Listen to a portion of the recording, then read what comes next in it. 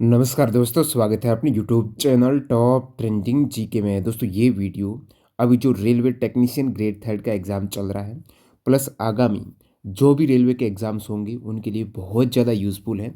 अपन यहाँ पर paper set करने वाले की नब्ज़ पकड़ने वाले हैं कि वो सवाल कहाँ से दे रहा है।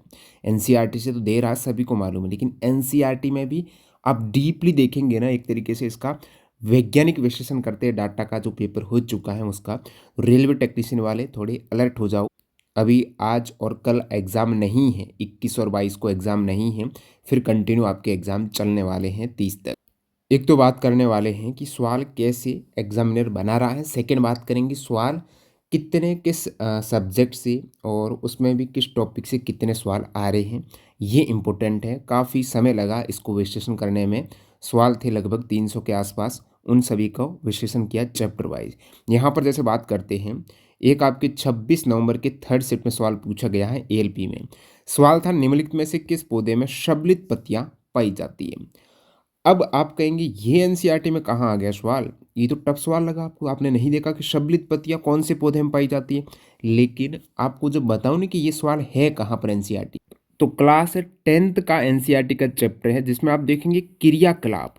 तो यहाँ पर ताज्जुब हुआ कि क्रियाकलाप से सवाल दे दिया, देख सकते हो, शबलित पत्ती, क्रोटॉन का पौधा। इस प्रकार आगे विश्लेषण करें उससे पहले अपने आप का एनालिसिस आप कहाँ से करेंगे, तो टेक्स्ट बुक पास प्रो जिसने नहीं लिया है ज्वाइन कर लो।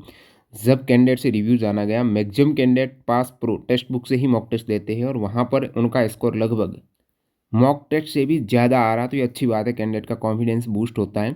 तो पास प्रो के लिए टीटीजी के कूपन कोड यूज़ कर लेना। और इसमें क्या होगा, आपके रेलवे के जितने भी एग्जाम्स हैं, ELP, CBT 1, CBT 2, technician, RPF, NTPC, group D, सारे एग्जाम्स के मॉक टेस्ट आपको एक ही पास में मिल जाएंगे। अलग अलग प्रत्येक एग्जाम का नहीं लेना आपको, और उसमें भी आपको chapter test, sectional, full test, link description box में। और 2 वर्ष वाला काफ़ी किफ़ायती आपके पड़ जाएगा, क्योंकि 2025 का भी कैलेंडर आ गया, तो 2 वर्ष में कोई भी एग्जाम आए आप मॉक टेस्ट दे पाएंगे प्रीवियस ईयर के पेपर सही। तो एग्ज़ाम में पेपर सेट करने वाले की साइकोलॉजी देखो कि पूरी एनसीईआरटी में कहीं से भी सवाल दे रहा है। पहले तो इजी इजी फैक्ट बेस्ड पे सवाल आते थे, लेकिन अब ये इजी सवाल है ना किस टाइप से बना। और इसमें इमेज भी है एनसीईआरटी में, क्रियाकलाप में शबलित पत्ती मंड परीक्षण से पहले, मंड परीक्षण के बाद, और शबलित पत्ती का फोटो भी है। अब आप कहेंगे ये शबलित पत्ती क्या होती है, ये तो बात की बात है, लेकिन क्रियाकलाप आमतौर पर कैंडिडेट जब एनसीईआरटी पढ़ते तो नहीं पढ़ते। बुक में इतना सारा मटेरियल है, उनमें से क्रियाकलाप तो भरे पड़े हैं, तो आप ये नहीं देखते हो क्रियाकलाप में क्या है, लेकिन काफ़ी बार क्रियाकलाप में भी इंपॉर्टेंट चीज़ें हैं। तो आप कहेंगे, तो इस टाइप से गिने चुने कुछ 20 से 25 क्वेश्चंस होंगे जो क्रियाकलाप से टफ क्वेश्चंस बनते हैं। उसका एक अलग से अपन वीडियो बना देंगे, तो चैनल को सब्सक्राइब कर देना। तो यहाँ पर मनी प्लांट भी इसे कहते हैं, या फिर क्रोटॉन का पौधा। अब बहुत से कैंडिडेट मेरे को मैसेज करते हैं कि सर मेरे एग्जाम में अभी 2-3 दिन बचे हैं, मेरे को कुछ ऐसे चैप्टर बता दो जहाँ से क्वेश्चंस बहुत ज़्यादा आ जाए। तो जब कैंडिडेट से कॉल पर रिव्यू जाना गया टेक्नीशियन ग्रेड थर्ड के एग्जाम्स के, और कैंडिडेट ने बात की भाई यहाँ से सवाल मेरे को ज़्यादा स्क्रीन पर देखने को मिल रहे हैं, और जो बात की कि ये एएलपी की तरह ही है, तो हमने एएलपी का पूरा विश्लेषण किया भाई सवाल कहाँ कहाँ से कितने सवाल थे। तो टोटल जो 300 क्वेश्चंस थे ना, प्रत्येक सेट में आपके 20 क्वेश्चंस होते थे साइंस के, टेक्नीशियन में 40 है, तो 15 सेट में आपके 300 क्वेश्चंस हो गए। उनका जब अलग वे से विश्लेषण किया तो फिजिक्स में क्वेश्चंस बने 105, और उसमें 9th क्लास की जो एनसीईआरटी है ना उनमें से 46 क्वेश्चंस, 10th क्लास की एनसीईआरटी से 59 क्वेश्चंस थी। इन क्वेश्चंस में न्यूमेरिकल इंक्लूड है। न्यूमेरिकल की अलग से बात करें, फिजिक्स में टोटल 40 न्यूमेरिकल थे, जिसमें 9th क्लास से 17 क्वेश्चंस न्यूमेरिकल के और 10th के 23 क्वेश्चंस थे।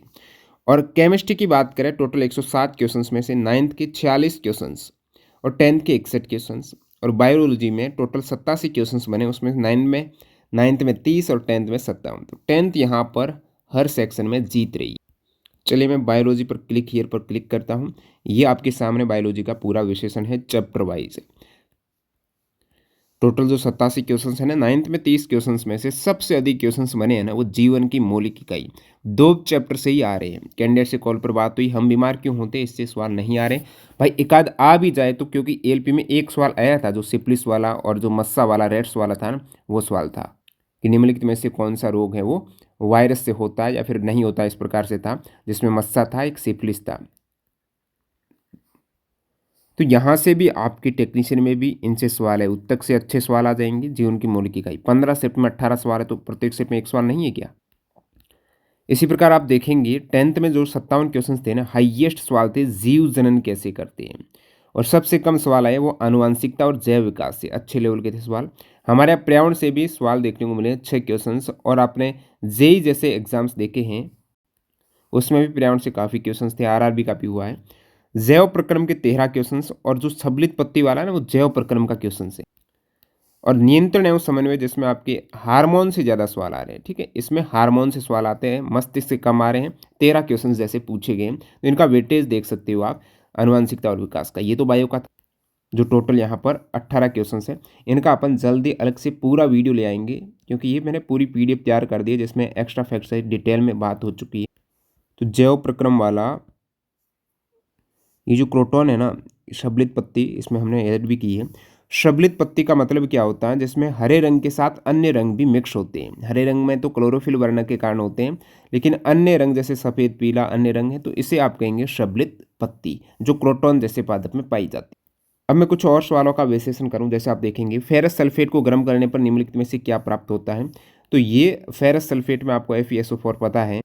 क्लास 10 में रासायनिक अभिक्रिया है ना, वियोजन अभिक्रिया। सवाल जैसे यहाँ पर ये FeSO4, इसको ऊष्मा दी, गर्म करने पर आपको मिला Fe2O3 SO2 SO3। तो यही पूछा है। आगे इन्होंने डिस्क्राइब भी किया है कि भाई ये Fe2O3 सल्फर डाइऑक्साइड और सल्फर ट्राइऑक्साइड में वियोजित हो जाएगा जब इसमें ऊष्मा दी जाएगी।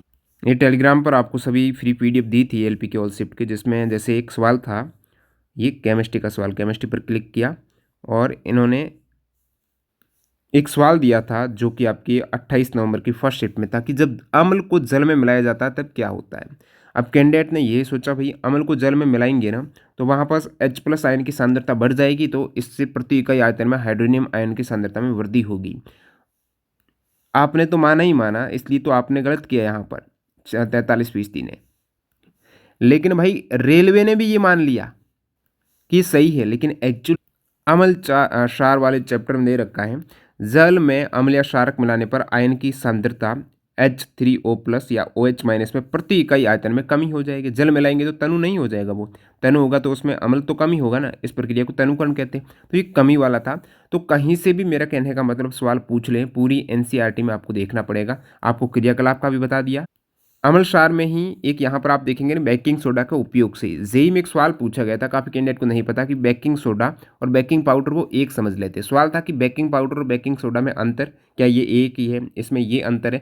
ये तो एक्चुअली उसमें ये दे रखा है ना कि बेकिंग सोडा एवं टार्ट्रिक अम्ल जैसा एक मंद खाद्य अम्ल का मिश्रण है। बेकिंग पाउडर है ना, उसमें बेकिंग सोडा और टार्ट्रिक एसिड दोनों चीज़ होती है। तो ये इस टाइप से भी सवाल आ। तो एग्जामिनर के अपन जो नब्ज पकड़ रहे हैं, तो मैं ऊपर चलता हूँ, आपको कुछ और बताता हूँ। जैसे फिजिक्स की बात करते हैं, क्लिक हियर फिजिक्स। तो ये सभी 300 क्वेश्चंस हैं, इनको हमने ई बुक में कन्वर्ट किया था। तो आप ये ले सकते हो, जिसमें NCERT के सभी चैप्टर भी मिल जाएंगे, और अलग से ये लेना चाहते हो जिसमें पूरे क्वेश्चंस का इस टाइप से विश्लेषण आपको देखने को मिलेगा। न्यूमेरिकल के क्वेश्चन है तो बिल्कुल डिटेल में इसको हल किया गया है, और प्रत्येक क्वेश्चन के साथ में NCERT के एक्स्ट्रा फैक्ट यहाँ पर डाले गए हैं। जैसे यहाँ पर एक सवाल बताता हूँ जो रिपीट हो रहा है। निम्नलिखित विकल्पों में से कौन सा कोलाइड की फॉर्म का सही उदाहरण है। तो ये क्या फॉर्म का रिपीट हो रहा नहीं, तो हमने इसकी इमेज ऐड की थी उसमें। ये वाली इमेज से टेलीग्राम पर भी डाला है। लगभग हर शिफ्ट में 50% शिफ्ट में सवाल आ रहा है। इसमें पूछ लेंगे जैसे कि सॉल का उदाहरण बताओ, मैग्नीशियम मिल्क है, ये किसका उदाहरण है। इसमें प्रक्षेपण माध्यम क्या है, मैग्नीशियम मिल्क में आपको पूछ लिया। इसमें प्रक्षिप्त अवस्था क्या पूछ लिया।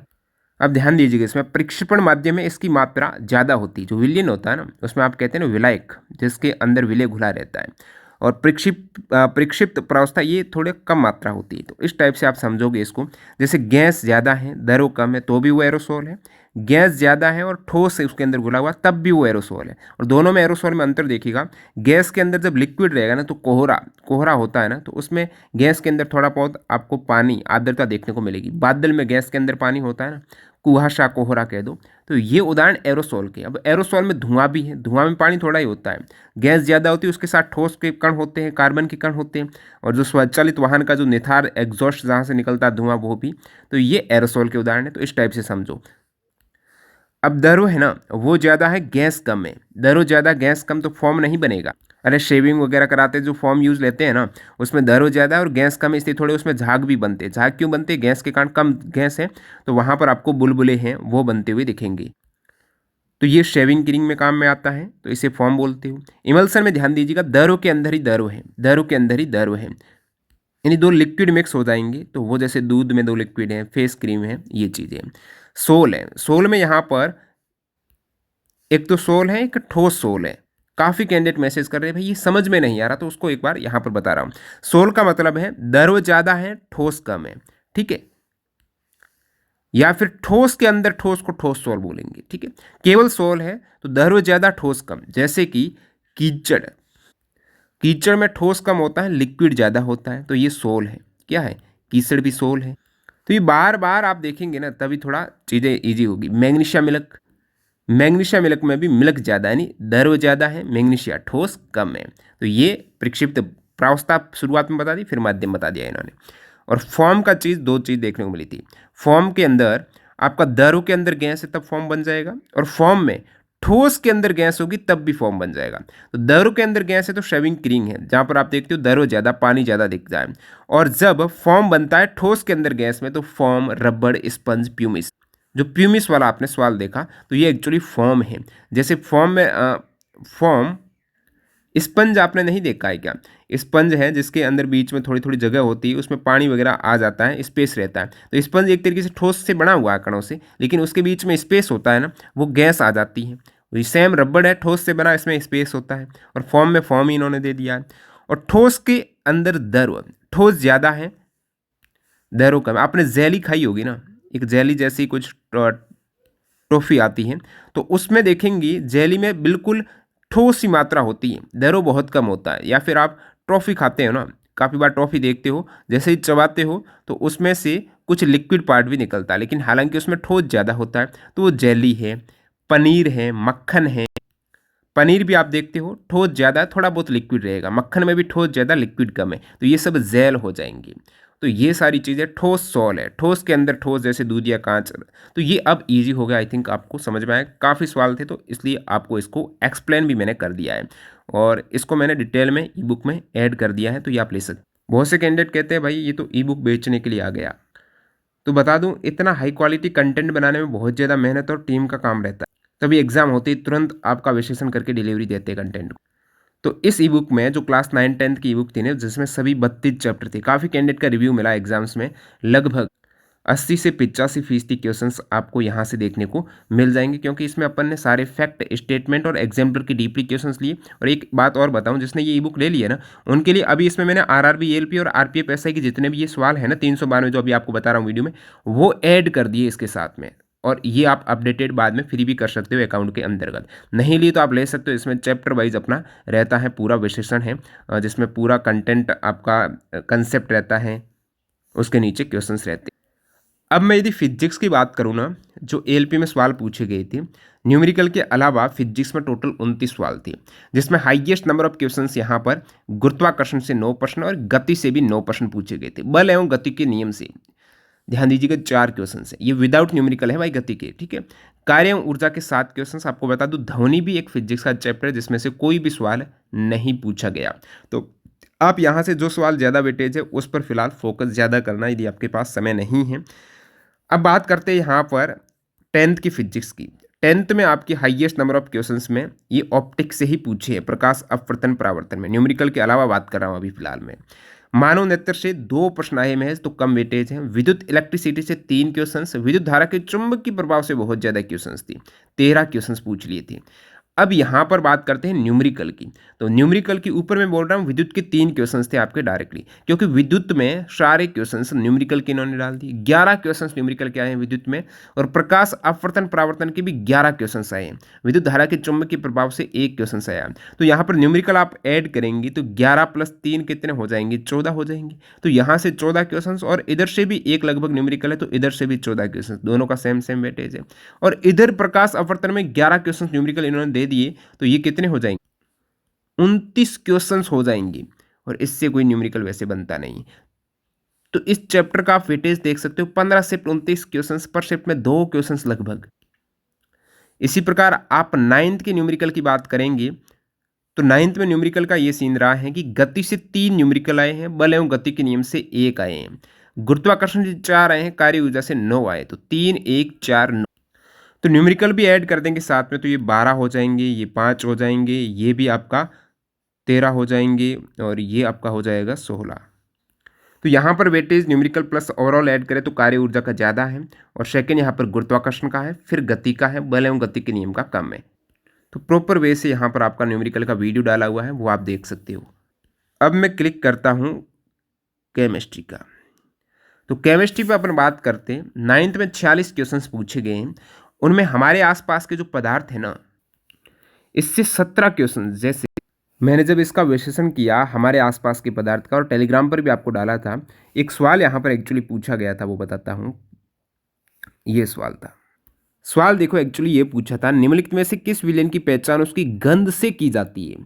आप कहेंगे गंध से किस विलेन की पहचान, तो एनसीईआरटी का जब स्क्रीनशॉट यहाँ पर मैं ऐड कर रहा हूँ, खैर ये बुक्स का बता ही देता हूँ। तो इन्होंने कहा कि पोटेशियम परमैंगनेट की जगह 2 ml डिटॉल से भी हम ये क्रियाकलाप कर सकते हैं। देखिए सवाल देखिएगा, 2 ml डिटॉल से भी क्रियाकलाप कर सकते हैं। क्रियाकलाप को मेंशन करते हुए लगातार तनुकृत होने पर उसकी महक हमें मिलती रहेगी, महक मिलती रहेगी यानी गंध आएगी। कब, जब डिटॉल उसमें डालेंगे। और सवाल पूछ लिया कि किस विलयन की पहचान गंध से, तो उसका आंसर है जल में डिटॉल, क्योंकि जो क्रियाकलाप था ये जल के साथ क्रियाकलाप था। किसके साथ, जल में, जल मिलाएंगे 90 ml, और पोटेशियम परमैंगनेट मिलाने के स्थान पर यदि डिटॉल मिलाएंगे ना तो उसकी महक बनी रहेगी, गंध बनी रहेगी। और एक्चुअली ये सवाल पूछ लिया। अब आप देख सकते हो ये हमारे आसपास के पदार्थ से। एक और सवाल मैं बताता हूँ, ये सारे सवाल है ना, ये चैप्टर वाइज अलग किए गए हैं। तो सवाल आए कहाँ से वो अपन एक्चुअली देख रहे हैं, ठीक है। पूरे चैप्टर से ही आए हैं, और किस टाइप से छोटे छोटे फैक्ट से सवाल पूछ रहे हैं वो। जैसे ठोस पदार्थों के तापमान में वृद्धि होने पर क्या होगा, सभी को पता है गतिज ऊर्जा बढ़ जाएगी। और एनसीईआरटी में पदार्थ के कण निरंतर गतिशील होते हैं। आगे आप नीचे देखेंगे तो इन्होंने ये मेंशन किया है कि गति तेज हो जाएगी, गतिज ऊर्जा होती है, पदार्थों के कणों में गतिज ऊर्जा होती है, इसलिए वो गतिशील रहते। सभी द्रव और गैस है, अब तरल आपको पता होना चाहिए, द्रव और गैस है, वो एनसीईआरटी में दे भी रखा है। नेक्स्ट, कौन सा द्रव्य के कणों की विशेषता गुणधर्म नहीं है। तो ये सारी एक एक पॉइंट से विशेषताएं आकर्षित कण करते हैं, यहाँ से भी सवाल आ रहे हैं। उसके बाद बात करेंगे क्या हमारे आसपास के पदार्थ शुद्ध हैं। काफ़ी सवाल इनसे पूछे गए, 15 क्वेश्चन हैं पदार्थ शुद्ध हैं, जिसमें जिसमें आपको कोलाइड वाला मैंने कुछ देर पहले ही बताया था, कोलाइड, निलंबन, कणों का आकार। एक्चुअली इसमें आपको एक सवाल बता दूं ताकि आपको आइडिया लगे कहाँ से आए। शुद्ध में ये सारे सवाल है ना, उसमें एक सवाल आपको, जैसे किसी विलयन के कणों का साइज कितना होता है, व्यास में 1 nm से कम होता है। तो विलयन के गुण में दे रखा कि विलयन के कण के व्यास में 1 nm से भी छोटे होते हैं। देखिए परमाणु अणु में 9 क्वेश्चन थे, एक सवाल बता इस टाइप से पूछ लिया, हाइड्रोजन परमाणु की परमाणुविक त्रिज्या कितनी होती है। आप कहेंगे ये कहाँ मिलेगा हाइड्रोजन परमाणु की परमाणुविक त्रिज्या, तो बता, ये परमाणु और अणु चैप्टर में एनसीईआरटी का ही मैंने यहाँ पर स्क्रीनशॉट ऐड किया है, जिसमें हाइड्रोजन परमाणु का उदाहरण दे रखा है, उसकी त्रिज्या दे रखी है, जल के अणु की त्रिज्या, हेमोग्लोबिन की, रेत कण की, चींटी की, सेब की, सारों की त्रिज्या दे रखी है। इसमें हाइड्रोजन परमाणु का आपको पूछ लिया है, ठीक है। तो इस पर ध्यान देना कि कहीं से भी सवाल आ जा रहा है, कहने का मतलब ये जो बुक में रहते हैं ना जिसमें येलो बैकग्राउंड रहते हैं, यहाँ से भी ये सारे येलो बैकग्राउंड वाले भी इंपॉर्टेंट है फैक्ट, वो भी देखना होगा। तो आप देख सकते हो 9th में वेटेज परमाणु अणु से 9, परमाणु की संरचना से जिसमें मॉडल रहता है ना बोर का, रदरफोर्ड का, उनसे 5 क्वेश्चंस। केमिस्ट्री में बात करेंगे क्लास 10th की केमिस्ट्री में, तो रासायनिक अभिक्रिया और समीकरण से 14 क्वेश्चंस, अम्ल, क्षारक और लवण से हाईएस्ट क्वेश्चंस आए हैं 19 क्वेश्चंस, धातु अधातु से 11 क्वेश्चन है, अच्छे लेवल के धातु अधातु को अच्छे से कवर करना, कार्बन एवं उसके यौगिक से 16 क्वेश्चन थे। और एक केमिस्ट्री का चैप्टर रहता है क्लास 10th का, तत्वों का आवर्त वर्गीकरण, उनसे कोई भी सवाल नहीं पूछा गया है। साथ ही साथ एक और चैप्टर रहता है क्लास 9th का, बायोलॉजी का देखेंगे, जैव विविधता, जिसमें जंतु और पादप जगत के वर्गीकरण की बात होती है, उससे भी कोई भी सवाल नहीं पूछा गया है। और कुछ सवाल जो एनवायरनमेंट साइंस से रहते हैं एनसीईआरटी में, जैसे क्लास 10th की ये जो टेबल रहती है, इंडेक्स है, उसमें ये पर्यावरण वाले, जैसे कि ऊर्जा के स्रोत, हमारा पर्यावरण, प्राकृतिक संसाधन, इनसे सवाल की बात करें तो केवल हमारे पर्यावरण से थे, इन दोनों से चैप्टर से सवाल नहीं पूछे जा रहे हैं। एएलपी की बात कर लो चाहे आपके टेक्नीशियन की बात कर दो, कारण क्या है कि कुछ चैप्टर है अभी बाद में हटा दिए हैं एनसीईआरटी में कोविड-19 के बाद, तो लेटेस्ट एनसीईआरटी को फॉलो किया जा रहा है। अब आप देखेंगे क्लास 9th में भी प्राकृतिक संपदा से खाद्य संसाधनों में सुधार से सवाल नहीं है। हम बीमार क्यों थे, इससे एक सवाल मिला है और ज़्यादातर कहेंगे नहीं है। ध्वनि है ना, इससे भी सवाल नहीं पूछे जा रहे हैं। तो नहीं वाले और जैव विविधता इससे भी नहीं आ रहे हैं। तो नहीं वाले चैप्टर यहाँ पर आपकी क्लियर है। जैव विविधता से कोई सवाल नहीं है। उसके बाद यहाँ पर सारे सवाल है। ध्वनि से नहीं है। हम बीमार क्यों थे, प्राकृतिक, ये क्लास 9th में इस चैप्टर को आपको नहीं देखना है। और क्लास 10th में हमारा पर्यावरण देखना है आपको, एक्चुअली प्राकृतिक संसाधन वाला नहीं देखना है, ऊर्जा के स्रोत वाला, क्योंकि अभी समय कम है। आपको देखेंगे तो वैसे ही सवाल इनसे बन नहीं रहे हैं। तो ये इस वीडियो में आपको डिटेल में विश्लेषण करके बताया सवाल कैसे कहाँ से पूछ रहे हैं और किस चैप्टर से कितने सवाल आए हैं, ताकि आपको आइडिया लगे किस पर ज़्यादा फोकस करना चाहिए। और बाकी ये जो अभी मैंने आपको चैप्टर वाइज विश्लेषण बताया है, जो ई बुक नहीं ली है ना, उनके लिए फ्री में ये मैं स्क्रीनशॉट डाल दूंगा किस चैप्टर से कितने सवाल आए हैं। तो टेलीग्राम ज़रूर ज्वाइन कर लेना। बाकी ऑल शिफ्ट एएलपी की वैसे ही फ्री में पीडीएफ डाली हुई। कौन सी पीडीएफ, जो एग्जाम में क्वेश्चंस आए जिसमें केवल क्वेश्चंस और आंसर्स हो, इस वाली पीडीएफ को पूरी फ्री में डाली हुई टेलीग्राम से, वो आप डाउनलोड कर सकते हैं। तो मिलते हैं नए वीडियो में। धन्यवाद।